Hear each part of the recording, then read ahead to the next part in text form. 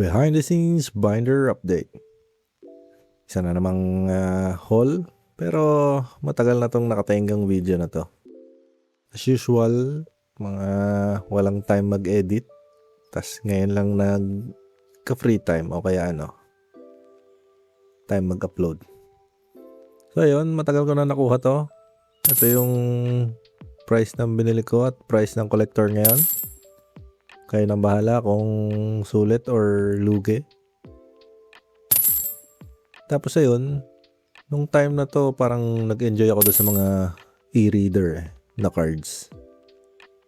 Kahit hindi ko pa nagamit or nalaro yung ganun. Siyempre, meron din tayong Cosmo Holo, Amaura, very nice. Kaso wala yung swirl lang alam ko eh. Tapos ito, medyo for the memes lang namin ng kapatid ko, yung may puwet, tsaka isang slowpoke. So ayun, ang first package. Ito yung pangalawa.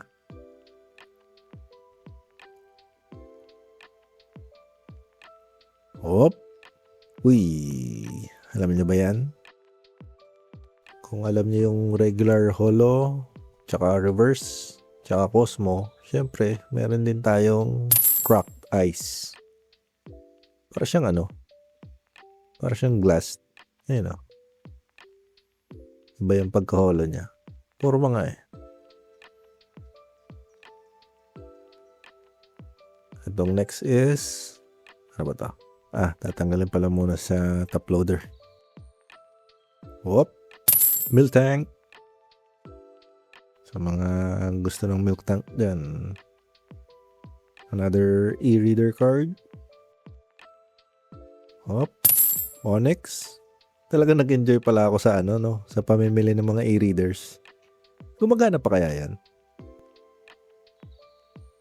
Siyempre, save the best for the last. My first battle, Squirtle.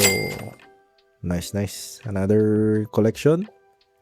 Ang alam ko yung isa niyan blue border pero wala pa ako nakikitang mura. Anyway, ayun lang.